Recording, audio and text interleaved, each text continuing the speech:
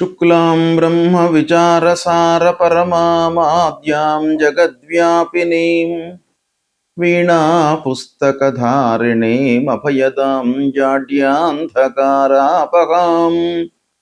హస్తే స్ఫాటికమాలికాం విదదతీం పద్మాసనే సంస్థితాం వందే తాం పరమేశ్వరీం భగవతీం బుద్ధిప్రదాం శారదాం. శ్రీ మహాగణాధిపతయే నమః. శ్రీ మహాసరస్వత్యై నమః. శ్రీ గురుభ్యో నమః. రవి గోచారము, రవి యొక్క సంచారం మూలకంగా జాతకులకు ఎలాంటి ఫలితాలు ఉంటాయి అనేటువంటి విషయాన్ని మనం చూసినట్టయితే,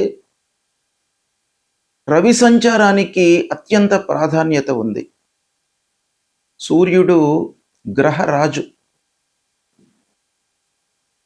కనుక ఆ సూర్యుడి చుట్టే మిగతా గ్రహాలన్నీ కూడాను తమ తమ కక్షల లోపల తిరుగుతూ ఉంటాయి. కనుక సూర్యుడి యొక్క సంచారము మానవులపైన ఏ స్థానాలలో సంచరిస్తున్నప్పుడు ఎలాంటి ఫలితాలు ఉంటాయి అనేటువంటి విషయాన్ని మనం చూసినట్టయితే, సూర్యుడు ప్రధానమైనటువంటి గ్రహ. అంటే సూర్యుడు ఏ ఏ విషయాలపై ప్రభావాన్ని చూపిస్తాడు సాధారణంగానంటే, సూర్యుడు తండ్రి, ప్రభుత్వపు పనులు, అధికారము, తర్వాత ఉద్యోగంలో ఉన్నటువంటి వాళ్లకు ఉన్నతాధికారులతో కలిగేటువంటి సంబంధాలు, సమాజంలో కీర్తి ప్రతిష్టలు, ముఖ్యంగా మనిషి లోపల ఆత్మవిశ్వాసము, మనిషిలో లీడర్షిప్ క్వాలిటీస్ అన్నీ కూడాను సూర్యుడి మూలకంగా వస్తూ ఉంటాయి. తర్వాత రాజకీయంలో ఉన్నటువంటి వాళ్లకు, ఉద్యోగులకు ఉద్యోగం ఎలా నడుస్తుంది అనేటువంటి ఎన్నెన్నో విషయాలపై సూర్యుడి యొక్క సంచారము గోచార రీత్యా లేదా జాతకులు జన్మించినటువంటి సమయంలో సూర్యుడు ఉన్నటువంటి స్థితి మూలకంగా, సూర్యుడు బలవంతంగా ఉన్నాడా, జన్మ సమయంలో బలహీనంగా ఉన్నాడా, అష్టక వర్గు ఎలా ఉంది, సమరాశిలో ఉన్నాడా, మిత్రరాశిలో ఉన్నాడా, శత్రురాశిలో స్థిరమై ఉన్నాడా జన్మ సమయంలో అనేటువంటి విషయాలపై సూర్యుడి యొక్క ఫలితము ఆధారపడి ఉంటుంది. అయితే గోచార రీత్యా సూర్య భగవానుడి యొక్క సంచారము 12 రాసుల వారికి ఎలాంటి ఫలితాలు ఇవ్వబోతున్నాయి అనే విషయాన్ని మనము తెలుసుకుందాం. సింహరాశి వారికి 15 జూన్ 2026 నుండి 16 జూలై 2026 వరకు బుధుడు మిథున రాశిలో సంచరిస్తున్నాడు. అంటే ఈ సమయంలో సింహరాశి జాతకులకు గురు గోచారము, సింహరాశి జాతకులకు రవి గోచారము ఎలా ఉందో తెలుసుకుందాం. అంటే సింహరాశి వారికి మిథున రాశి ఏమవుతుంది, ఏకాదశ స్థానం అవుతుంది. అంటే ఏకాదశ స్థానంలో సంచరిస్తున్నాడు. ఏకాదశ స్థానము గోచార రీత్యా అత్యంత శుభప్రదమైనటువంటి ఫలితాలను ఇచ్చేటువంటి స్థానం. కాబట్టి సూర్యుడి యొక్క అనుకూలత బాగా ఉంది సింహరాశి వారికి. అందున సింహరాశికి అధిపతి సూర్యుడు. అలాంటి సూర్యుడి యొక్క అనుకూలత ఉంది. కాకపోతే సూర్యుడు బుధుని క్షేత్రంలో సంచరిస్తున్నాడు, మిథున రాశి, అది కూడాను మిత్రరాశి. కాబట్టి సింహరాశి వారికి ఈ సమయము చాలా అనుకూలంగా ఉంటుంది. సూర్యుడి యొక్క ప్రభావం మూలకంగా మీకు చాలా విషయాలలో మంచి ఫలితాలు ఉంటాయి. మిగతా గ్రహాల యొక్క అనానుకూలత ఉన్నా కూడాను పర్టికులర్గా ఈ సమయంలో, అంటే 15 జూన్ 2026 నుండి 16 జూలై 2026 మధ్యకాలం లోపల ఆ సూర్యుడి యొక్క అనుకూలత మూలకంగా మీకు చాలా మంచి ఫలితాలు కలుగుతాయి. ఆదాయము పెరుగుతుంది. ముఖ్యంగా ఆదాయం విషయం లోపల ఈ సమయం బాగా కలిసి వస్తుంది. అంటే ఈ నెల రోజుల పాటు మీరు కొంత జాగ్రత్తగా అన్ని విధాలుగా ఆలోచించి ఆదాయంపై మనసు నిలిపినట్టయితే మీకు ప్రతిఫలము అనుకూలంగా ఉంటుంది. చాలా సంతోషంగా రావాల్సినటువంటి డబ్బు వస్తుంది. ఆదాయం లోపల పెంపుదల ప్రస్ఫుటంగా కనబడుతుంది. ఇక ఉద్యోగస్తులకు ప్రమోషన్ లభించే అవకాశం కూడాను ఉంది. ఏకాదశ స్థానం, లాభస్థానం అన్ని విధాలుగా మీకు కలిసి వస్తుంది. ఉద్యోగస్తులకు శాలరీ లోపల పెంపుదల, వర్క్ ప్లేస్ లోపల సంతృప్తి, సహచరులతో అధికారులతో అన్యోన్యత, ఇలాంటి ఫలితాలు ఉద్యోగస్తులకు బాగా కనబడుతున్నాయి. అధికారుల అనుగ్రహం మీకు లభిస్తుంది. అంటే అధికారులు మీరు చేస్తున్నటువంటి పనిలో మీరు అప్లై చేసినటువంటి నైపుణ్యాన్ని గుర్తించడం మూలకంగా మీకు వాళ్లతో సత్సంబంధాలు పెరుగుతాయి. ప్రభుత్వ పనులు చాలా నిరాటంకంగా పూర్తి అవుతాయి. ఇకపోతే వ్యాపారం చేస్తున్నటువంటి వాళ్ళకు కూడాను బుధుడి క్షేత్రంలో సూర్య భగవానుడు సంచరిస్తున్నాడు. ఇది వ్యాపారస్తులకు కూడాను చాలా అనుకూలమైనటువంటి సమయము. వాళ్ళు వ్యాపార విస్తరణకై ఈ మాసం కొంత అనుకూలంగా ఉంటుంది. లాంగ్ టర్మ్ వ్యాపారం కాకుండాను ఈ మాసంలో మీరు షార్ట్ టర్మ్లో ఏవైనా పెట్టుబడులు కానివ్వండి, విస్తరణ కానివ్వండి చేసినట్టయితే మీకు చాలా కలిసి వస్తుంది. లాభదాయకంగా ఉంటుంది. కొత్త పరిచయాల మూలకంగా మీకు పనులు నెరవేరుతాయి. కళాకారులకు, సంగీతవేత్తలకు, సాహిత్యంలో ఉన్నటువంటి వాళ్లకు, సోషల్ మీడియా రంగంలో ఉన్నటువంటి వాళ్లకు ప్రజాదరణ పెరుగుతుంది. కొత్త అవకాశాలు వస్తాయి. ఇకపోతే అన్నదమ్ముల యొక్క సహాయ సహకారాలు కూడాను ఒక పక్కన బాగా కనబడుతున్నాయి. వివాహ ప్రయత్నాలు కలిసి వస్తాయి.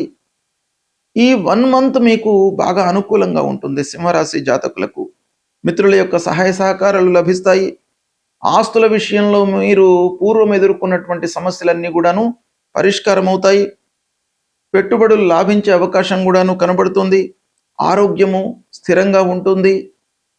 ఇక ఆత్మవిశ్వాసము అన్నిటికంటే కూడాను మీ లోపల ఈ సమయంలో బాగా పెరిగే అవకాశం ఉంది. అధిపతి సూర్యుడు, మిత్రక్షేత్రము, లాభస్థానము ఇలాంటి కాంబినేషన్ మూలకంగా మీ లోపల ఈ నెల ఆత్మవిశ్వాసంతో మీరు పనులు చేస్తారు. సంపూర్ణంగా మీరు ఒక సంతృప్తితో ఉంటూ పనులను ప్రారంభిస్తారు. సమాజంలో మీకు కీర్తి ప్రతిష్టలు, మర్యాదలు లభిస్తాయి. కోర్టు వ్యవహారాలలో విజయం కూడాను కనబడుతుంది. ఓవరాల్గా చూసినట్టయితే సింహరాశి వారికి సూర్యుడి యొక్క సంచారం మూలకంగా కలిగేటువంటి ఫలితాలు చాలా శుభప్రదంగా ఉన్నాయి. కనుక ఈ సంచారాన్ని మీరు ఉపయోగించుకున్నట్టయితే మీరు చాలా సత్ఫలితాలను పొందుతారు. సూర్యుడి యొక్క సంచారము ప్రతికూలంగా ఉన్నప్పుడు, అంటే సూర్యుడు జన్మస్థానము, ద్వితీయ స్థానము, అర్ధాష్టమ స్థానము అంటే 4వ స్థానము, పంచమ స్థానము, సప్తమ స్థానము, అష్టమ స్థానము, నవమ స్థానము, ద్వాదశ స్థానము ఈ స్థానాలలో సంచరిస్తున్నప్పుడు మనకు గోచార రీత్యా ప్రతికూలమైనటువంటి ఫలితాలను ఇస్తాడు. కాబట్టి ఈ గోచారంలో అంటే ఈ స్థానాలలో సంచరిస్తున్నప్పుడు మనము తప్పకుండా పరిహారాలు చేసుకోవాలి. అంటే పరిహారాలు చేసుకునే ముందు ఆ సూర్యుడి విషయమై, సూర్యుడి యొక్క సంచారం విషయమై మనము కూలంకషంగా తెలుసుకోవాలి.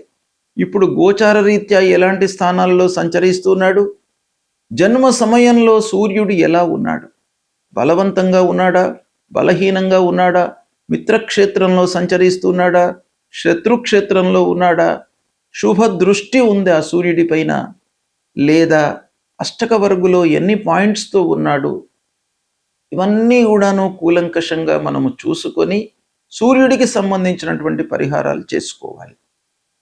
అయితే సూర్యుడికి యొక్క పరిహారాలలో ముఖ్యమైనటువంటి ఏంటంటే సూర్య నమస్కారాలు చేయడము. ఉదయాన్నే లేచి సూర్యుడికి 12 సార్లు నమస్కారాలు చేసుకోవడము, సూర్య భగవానుడికి అర్ఘ్యప్రదానం చేయడము. అంటే అర్ఘ్యప్రదానము అత్యంత ప్రధానమైనటువంటి పరిహారంగా మనకు శాస్త్రం చెప్తోంది. కాబట్టి అర్ఘ్యప్రదానం అంటే నీళ్లు వదిలిపెట్టడము సూర్య భగవానుడికి. అది మీరు చేసినట్టయితే చాలా సత్ఫలితాలు కలుగుతాయి. అంటే మీరు ఏం చేయాలి? అర్ఘ్య ప్రదానం చేస్తున్నటువంటి సమయంలో ప్రతిరోజు కూడాను సూర్యోదయ సమయంలో ఒక రాగి పాత్రలో నీళ్లు తీసుకొని అందులో ఎర్రటి పువ్వులు లేదా అక్షతలు వేసి తూర్పు వైపుకు నిలబడి, అంటే తూర్పు దిశలో మన ముఖాన్ని ఉంచి అటువైపు నిలబడి, అంటే సూర్యోదయం అటువైపు నుంచి అవుతుంది కనుక సూర్యుడికి ఎదురుగా మనం నిలబడి అర్ఘ్య ప్రదానం ఇవ్వండి. తద్వారా మీకు ఆ సూర్య భగవానుడి యొక్క అనుకూలత కలుగుతుంది. ఇది చాలా ప్రధానమైనటువంటి పరిహారము. రెండవది, ఆదిత్య హృదయము పారాయణం చేసుకోండి. మూడవది, సూర్యుడికి సంబంధించినటువంటి మూల మంత్రం జపా కుసుమ సంకాశం కాశ్యపేయం మహద్యుతిం తమోరిం సర్వపాపఘ్నం ప్రణతోస్మి దివాకరం అనేటువంటి ఈ మూల మంత్రాన్ని ప్రతినిత్యం కూడాను చదువుకోండి. సూర్యుడికి సంబంధించినటువంటి గాయత్రి జపము మనకు శాస్త్రంలో చెప్పబడి ఉంది. అది కూడాను మీరు ప్రతిరోజు చదువుకున్నట్టయితే సూర్య భగవానుడి యొక్క అనుకూలత ఉంటుంది. సూర్యుడు ఆరోగ్యాన్ని ప్రసాదించేటువంటి గ్రహము కాబట్టి మీరు ఈ సంచారంతో నిమిత్తం లేకుండా ప్రతిరోజు కూడాను సూర్య భగవానుడికి నమస్కారం చేసుకోండి. ఆదిత్య హృదయం చదవండి, పారాయణం చేయండి, సూర్య గాయత్రి జపించండి. మీకు ఆరోగ్యము ప్రధానంగా సూర్యుడు ఇస్తాడు. ఆరోగ్యమే ప్రధానం కాబట్టి ఆరోగ్య సమస్యలు లేకుండా ఉన్నట్టయితే జీవితంలో మనకు కలిగేటువంటి ఫలితాలను అనుభవించడానికి మనకు ఆస్కారం ఉంటుంది. కాబట్టి సూర్యుడిని మీరు ప్రతినిత్యం కూడాను కొలవండి, అనుగ్రహాన్ని పొందండి. శుభం.